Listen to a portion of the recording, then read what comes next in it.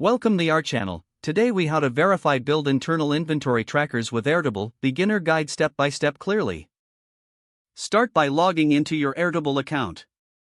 Create a new base by clicking on the Add a Base button. Choose Start from Scratch to design a custom inventory tracker. Name your base something relevant, like Internal Inventory Tracker. Once your base is created, you will see a blank table. Click on Table 1 at the top and rename it to Inventory. In the first column, rename it to Item Name and set the field type to Sync. Now, add a Date Added column and select the field type as Date. To add a new item, click the plus icon at the bottom of the table. Enter the item details in the respective columns for each field. After entering the details, double-check that all fields are filled out correctly. To verify your inventory, create a new view by clicking Grid View in the top left corner. Select Grid View and then click on plus Add a View to set up a filtered view. Name this view Verified Inventory and configure it to show only items in stock. To add filters, select the filter option and set conditions based on the quantity being greater than 0. Consider grouping your items by location for better organization.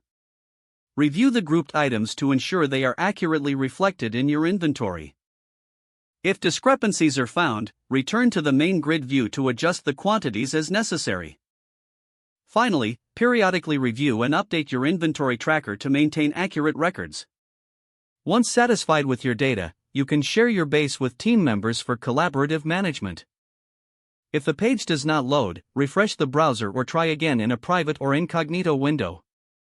Make sure you are using the correct email address, then retype it carefully to avoid small typos. If your password is not accepted, use the reset option and create a new strong password you can remember. Check your spam folder for verification or security emails, then complete any requested confirmation steps. Enable two-factor authentication if available to improve account security and reduce unauthorized access risk. After signing in, review your profile details so your contact information and settings are accurate and current. If you see an error message, note it down and try again after restarting your device and internet connection. Log out when you finish, especially on shared devices, to keep your account and payment information secure.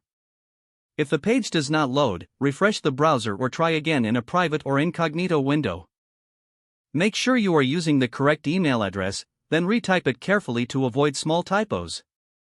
If your password is not accepted, use the reset option and create a new strong password you can remember.